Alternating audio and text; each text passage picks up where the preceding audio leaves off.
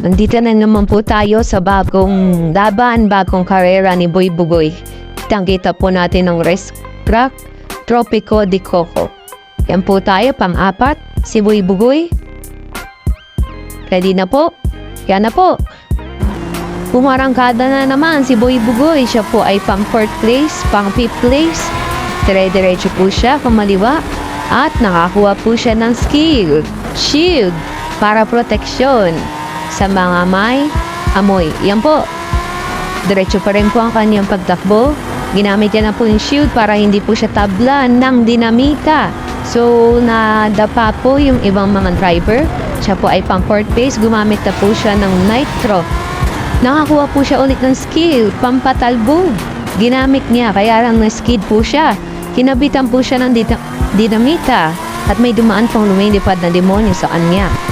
Yan po, may dinamita pa rin po si Boy Bugoy, parang birthday lang. Nakakuha na naman po siya ng isa pang skill, dinamita din.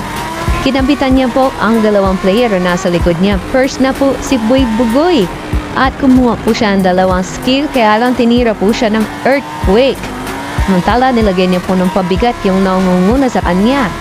Yan po, pang dire-diretso po siya, meron pa po isang left.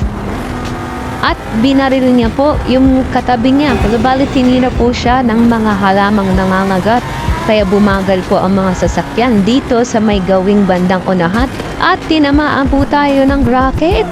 Tumira na naman po ng yelo yung kalaban. Yan po, nakakuha po ng skill. Yelo din. Si Boy Bugoy. Maya-maya po. Ayan po, tinira niya na po yung yelo. Pinababaril niya po yung mga rider na nauuna kasi pang 4th place po siya. Yan po, nakikita po natin, dire-diretso, kalimaliwa, kumanan, yan, nag-turbo na po si Boy Bugoy. Nagliliyab na po parang barbecue, kaya lang tinamaan po siya ng sonic wave. Kaya medyo nahihilo pa po siya hangover kagabi sa kanila pong ginawang. At binaril niya po yung isang nangunguna sa kanya, kaya siya na po ang first, mga kababayan. Yan na po si Boy Bugoy. At gumamit na po ng shield para hindi tamaan ng anumang masabang elemento. Gaya ng nilipad na demonyo. First tayo! Salamat po!